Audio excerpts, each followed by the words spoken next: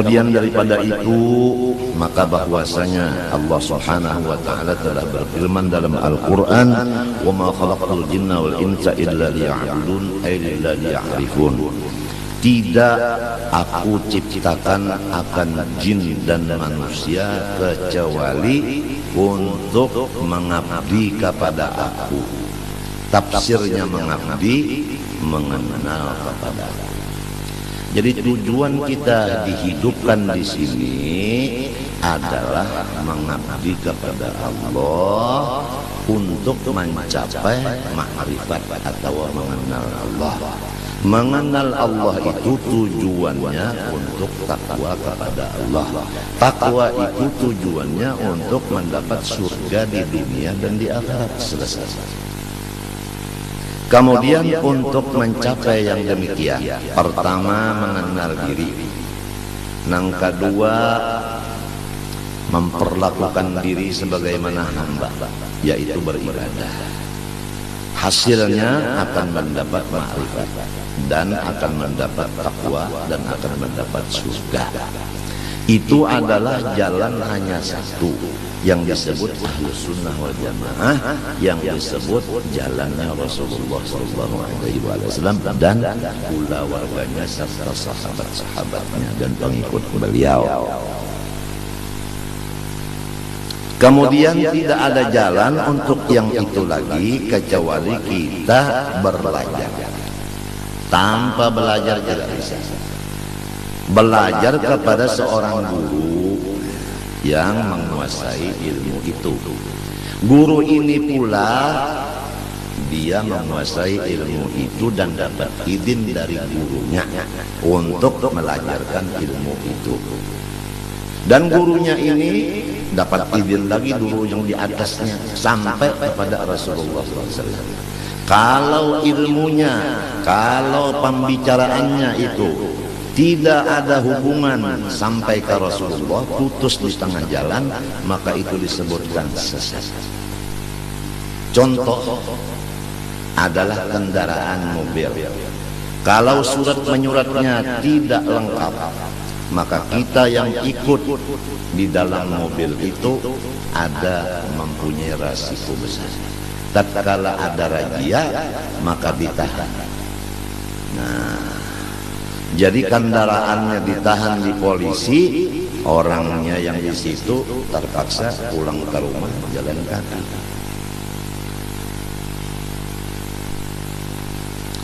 Jadi harus orang-orang yang menjadi pemimpin masalah agama, terutama masalah ma'rifat kepada Allah, yaitu mengenal diri ini, harus orang yang menguasai ilmu agama betul-betul, yang berdasarkan Ahlus Sunnah wal Jamaah dan dapat izin dari syekh yang di atasnya.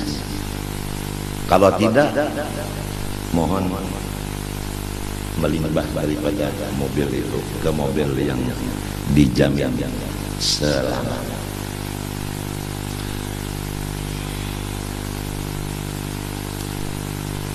Adapun contoh kita untuk yang demikian keseluruhan hanya satu, Rasulullah SAW. Jadi bagaimana Rasulullah SAW umpamanya sholat? Beliau sholat itu mengatakan adalah khusyuk, dan beliau melaksanakan khusyuk karena perintah Allah supaya sholatnya khusyuk. Qad aflahal mu'minun walladzina hum fi salatihim khashi'un. Orang beriman itu beruntung. Tandanya nomor satu khusyuk di dalam sholat. Khusyuknya Rasulullah dalam sholat, coba kita belajar kepada guru. Guru itu belajar dari gurunya, dari gurunya sampai kepada tabi'in. Tabi'in ini belajar prakteknya dengan sahabat. Sahabat itu mempraktikkan apa yang dipraktikkan Rasulullah. Jadi sholat itu tidak bisa dilajarkan dengan mendengar-dengar begitu aja.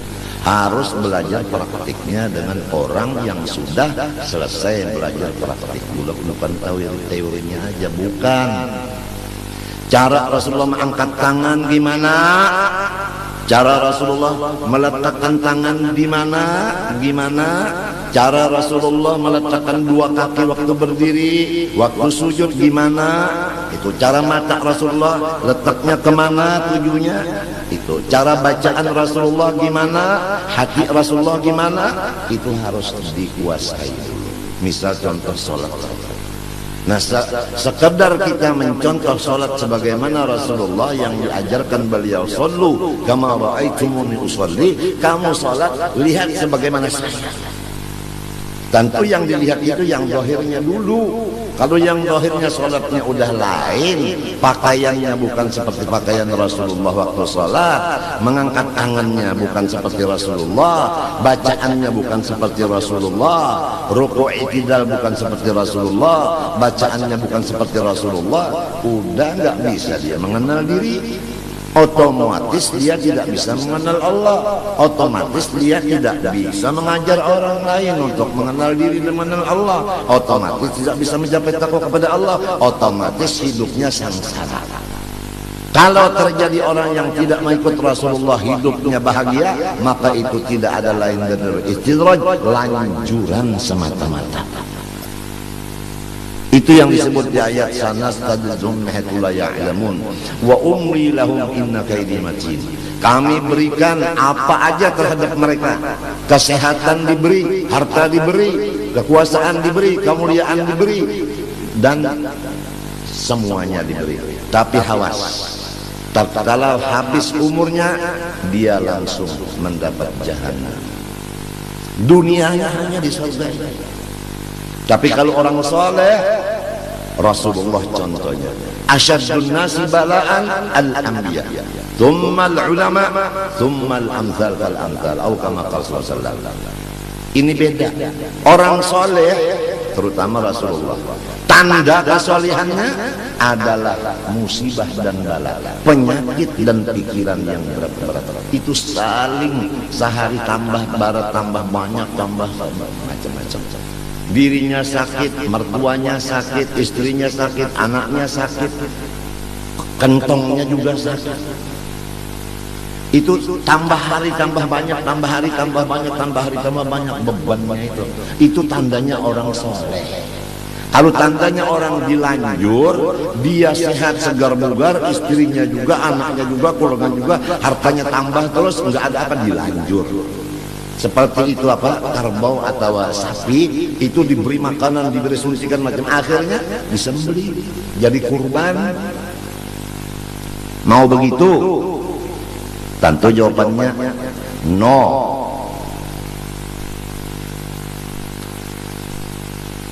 Jadi jangan berbahagia, berbangga orang yang sehat, karena banyak kesehatan itu yang menjadikan lanjuran. Dan jangan bersedih orang yang sakit, karena di sakit situlah dekatnya kepada Allah.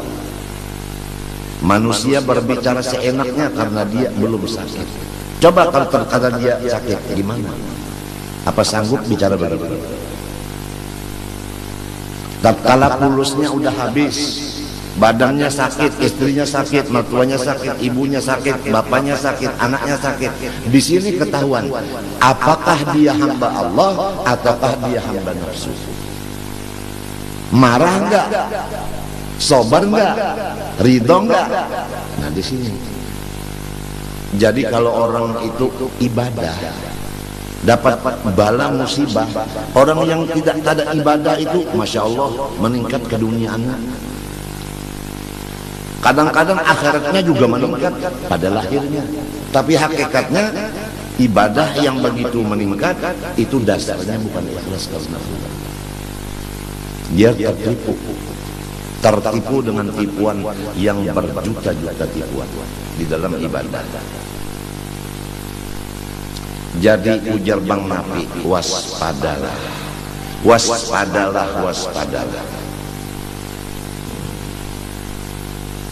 Mudah-mudahan kita sekeluarga diselamatkan Allah dari gurur, daripada tertipu. Mudah-mudahan Allah menyelamatkan kita daripada tertipu. tertipu dengan ibadah, tertipu dengan kesehatan, tertipu dengan kekayaan, tertipu dengan pengikut, tertipu dengan macam-macam kesehatan dan lain-lain. Allahu Akbar.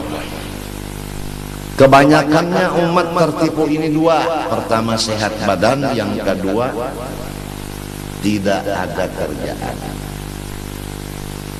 Kalau kita sibuk dengan kerjaan, insya Allah bisa selamat. Kalau kita sakit, insya Allah banyak selamat. Tapi kalau sehat dan banyak waktu yang kosong, disinilah banyaknya tertipu. Ni'matan maghbunun fiha katsirun minan nas as-sihha wal faragh, kata Rasulullah. Dua nikmat Allah yang 99% manusia tertipu dengan dua itu. Satu, sehat badan. Dua, kelapangan. Tapi kalau orang sempit, kalau orang sakit, biasanya ya Allah, ya Allah, ya Allah, begitu. Kalau udah lapang, kalau sudah sehat, jarang. Mungkin ya Allah, ya Allah, mungkin ya. Waspadalah, waspadalah. Masya Allah, Masya Allah. Lihat kalau kata-kata orang soleh, tatkala dapat musibah dirinya atau istrinya atau anaknya, apa yang dikata orang soleh? Ajar wal afiyah insyaallah la ghair. Ini pahala dari Allah dan ini tandanya afiat batin. Begitu. Rasulullah bagaimana? Tathhir labas. Penyakit dan bala musibah ini penyuci, pensuci, tidak ada lain. Titik kata Rasulullah. Jadi kalau orang sehat sekeluarga, hartanya meningkat terus, waspada. Itu mungkin adalah 99% lanjuran dari Allah. Tapi kalau orang sakit, kantongnya sakit, badannya sakit, istrinya sakit, anaknya sakit, aduh, syukurlah kepada Allah, karena Allah membersihkan. Hartanya dibersihkan, badannya dibersihkan, istrinya dibersihkan, anaknya pun dibersihkan.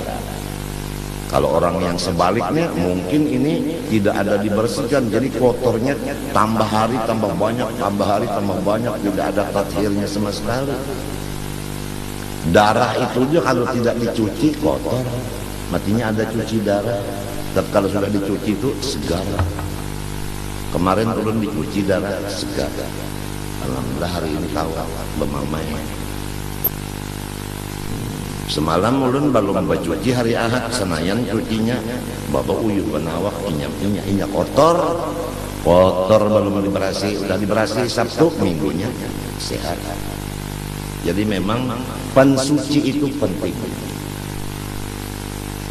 Pensucinya itu adalah bala.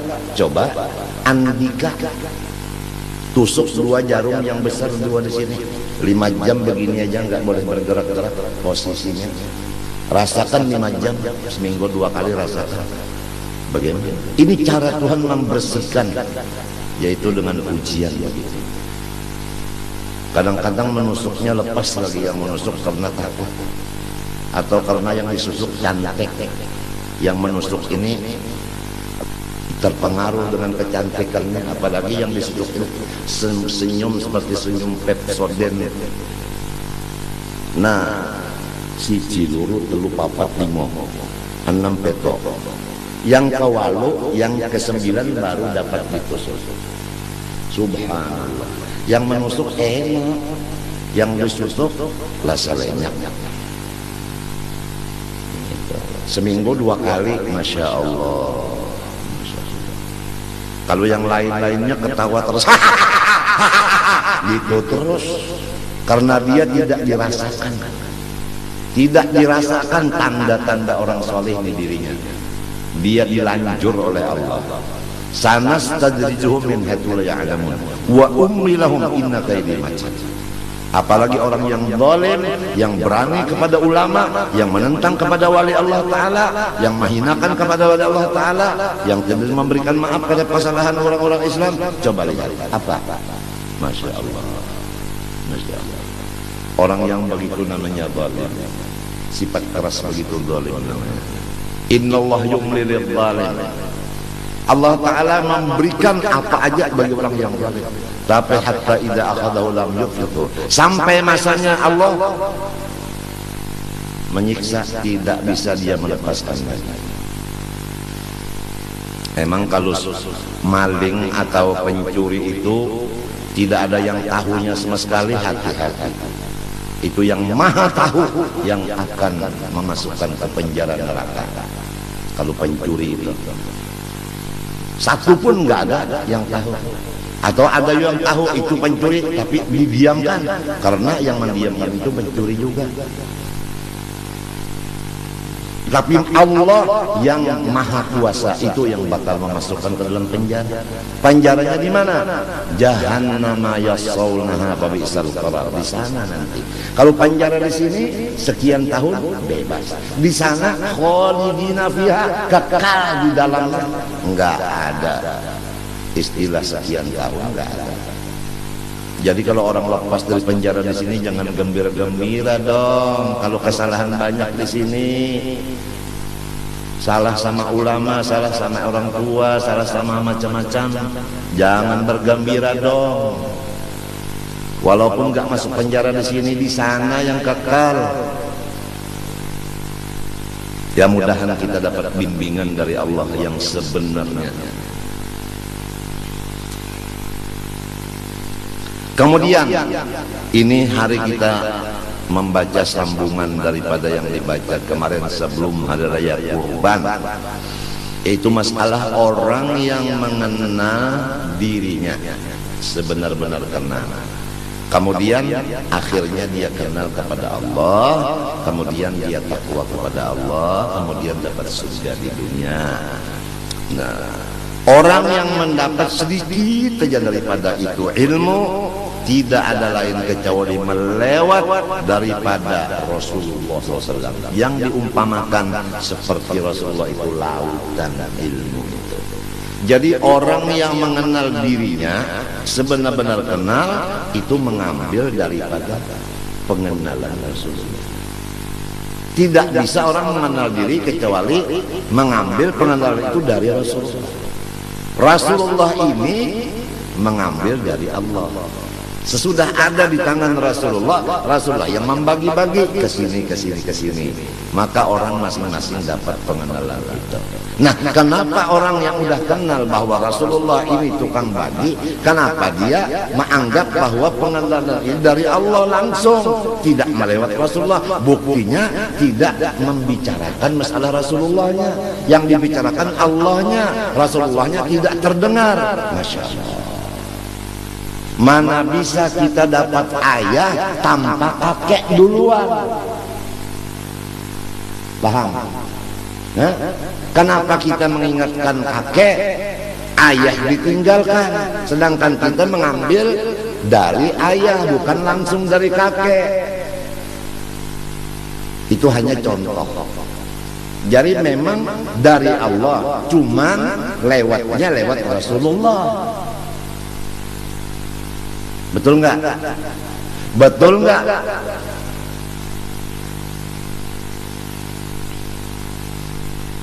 Pusat kada bisa langsung dari pusat, harus dari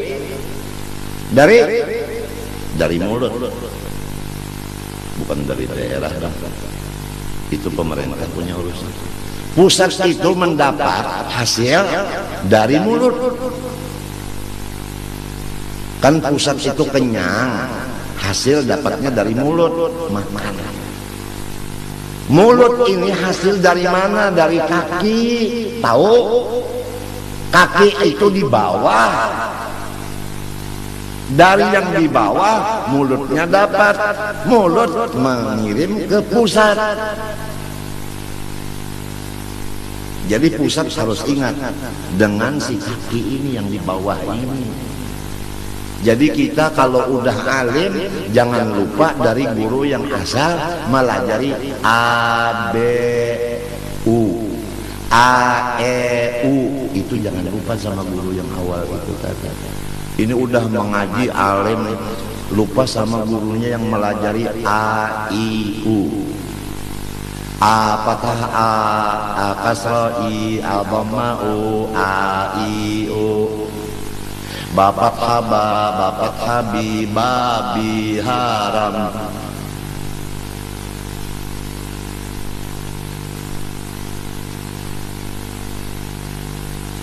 Biasanya udah alim lupa sama. Apalagi udah alim punya Mercedes.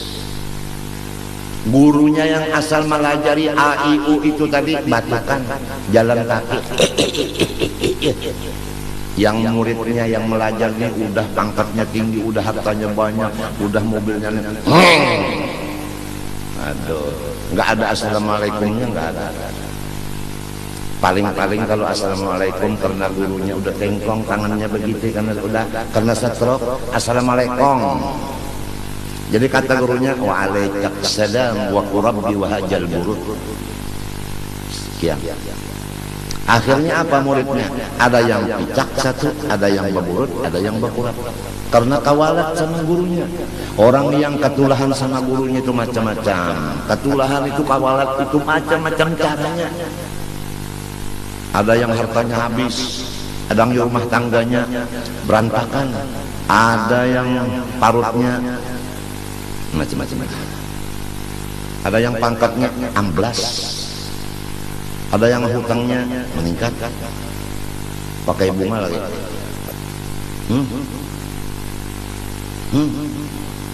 Carilah bank yang menguntungkan, jangan bank yang perusahaannya kerok, bangkrut.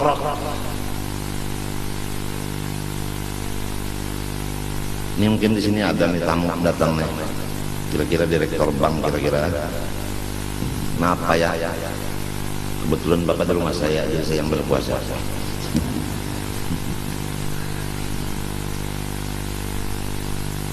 Kita harus ingat Indonesia dan dunia semuanya miliknya Allah. Lillahi ma fis samawati wa ma fil ardh. Wa in tubdu ma fi anfusikum aw tukhfuhu yuhasibkum billah fayaghfiru man yasha wa yu'adzibu man yasha wallahu ala kulli syai'in qadir. Allahu akbar. Sami'allahu liman hamidah. Rabbana walakal hamd. Bahasa di Makkah.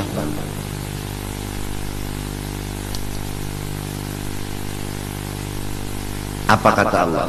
Lillah ma fis samawati wa fil ardi milkan wa mulkan wa khalqan wa abdan. Tafsirnya begitu. Yang menjadikan, menciptakan, kemudian yang mengatur, kemudian yang menjadikan hamba, yang memiliki hanya Allah, dunia dan isinya. Jadi Indonesia ini bukan milik perseorangan, miliknya Allah. Bukan milik perseorangan, maksudnya manusia. Jadi kalau rumah ini milik saya punya program di rumah. Istri saya kerjaannya ini, anak saya ini, khodam saya ini, kemudian lagi yang lain-lainnya ini. Apabila satu di antaranya tidak merasakan hukum yang sudah saya programkan di rumah ini, maka saya marah. Nah, marahnya saya ini menyebabkan rumah tangga ini kacau. Jadi kacaunya negara karena Allah yang marah, marahnya Allah karena hukumnya dilanggar. Titik. Kalau ingin Indonesia dan lain-lainnya ini aman, kembalilah kepada hukum Allah. Selesai masalah. Cuma kenapa hukum Allah tidak diingini oleh masyarakat sekarang? Bahkan dianggap hukum Allah ini teror dan sebagainya. Kenapa? Sedangkan yang punya ini Allah, jangankan dunia, diri kita aja miliknya Allah. Mau diapain sama Allah? Kapan sadarnya kita? Kita ini hamba Allah, bukannya kita memiliki sesuatu. Kita dimiliki oleh Allah, bukan kita punya milik. Kita dimiliki oleh Allah. Sadarlah, sadarlah, sadarlah. Tunduklah kepada hukum Allah. Ini hukum Allah dibilang keras. Sampai tata tangan bagi orang-orang yang mencuri itu katanya itu keras, nggak usah dilaksanakan. Kalau sudah Allah yang punya dunia melaksanakan begitu hukum, udah. Kenapa jadi nggak mau melaksanakan? Nah, gara-gara inilah jadi kita ini sengsara hidup. Jadi perseorangan aja udah. Yang penting rumah tangga kita sesuai hukum Allah selesai. Enggak usah orang yang di sebelah rumah, enggak usah. Udah. Anfusuhum wa ahlikum nara. Udah, istri kita, anak kita selesai. Kalau juga istri enggak ngikutin, anak ngikutin, udah kita sendiri aja. Rasulullah itu pamannya yang enggak ngikuti. Nabi Nuh itu anaknya dengan istrinya yang enggak ngikuti. Coba. Siti Asia suaminya. Jadi udah contoh banyak. Jadi kalau orang soleh, istrinya tidak ngikut, anaknya tidak ngikut, jangan pusing-pusing. Nabi-nabi dulu aja banyak yang terjadi begitu, istrinya yang memberi malu, yang tidak ngikuti, anaknya juga begitu. Apalagi kalau kayak lain, biasa udah. Ya kita dikubur, nggak ada satu kubur dua orang, nggak ada, betul nggak? Satu kubur satu orang, satu kubur satu orang, nggak ada. Jadi masing-masing. Oleh sebab itu kalau kita sakit, jiran nggak nengok, biarin. Sebab jiran itu kalau kita mati sendiri, dia sendiri, kita sendiri juga. Udah masing-masing aja, udah selesai. Apa ini ngurusi orang? Istri nggak ngikut, udah selesai. Anak nggak ikut, biarin. Cuman kita berikan nasihat dulu. Kalau kita nggak beri nasihat, salah. Udah kita memberikan nasihat untuk diri kita dan mereka itu puluhan tahun, udah. Paham nggak? Puluhan tahun udah, mulai kita sakit sampai tambah sakit, sampai jingkar. Terus ya, nggak ada gaji satu sen pun dari masyarakat. Lillahi subhanahu wa ta'ala Rabbi azza wa jalla. Orang yang memusuhi kita, nggak ada yang membantu kita. Kita kesusahan, nggak ada yang nolong. Orang yang hirdengki tambah banyak. Orang yang suudzon tambah meningkat. Sendirian kita. Akhirnya bagaimana putusan kita? Ya udah, alaikum anfusakum, urusi diri sendiri saja. Titik.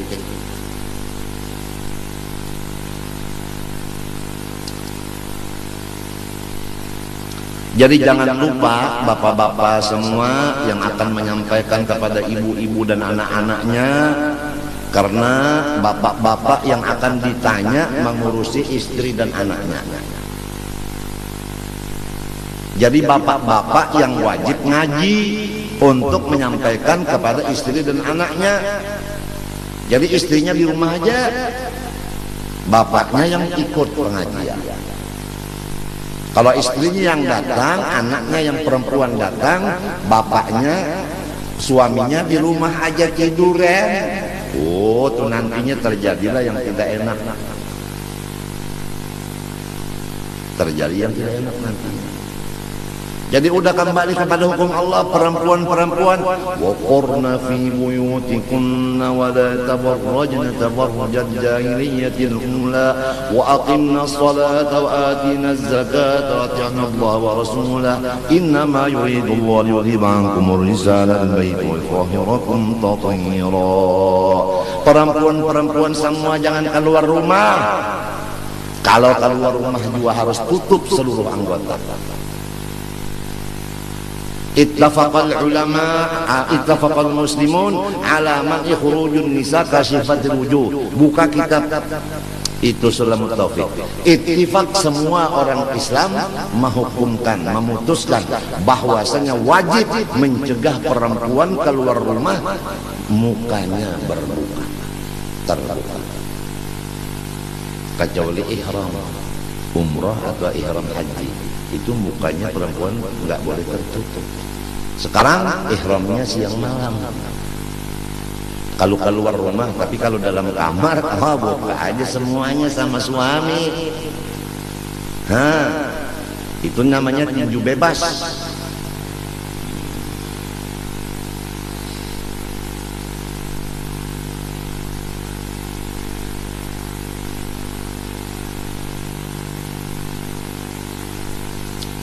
Ya mudah-mudahan Allah Ta'ala memberikan kesadaran di hati kita, mengaku bahwa diri kita banyak salah, banyak melanggar hukum Allah, baik diri sendiri maupun istri dan anak kita. Kita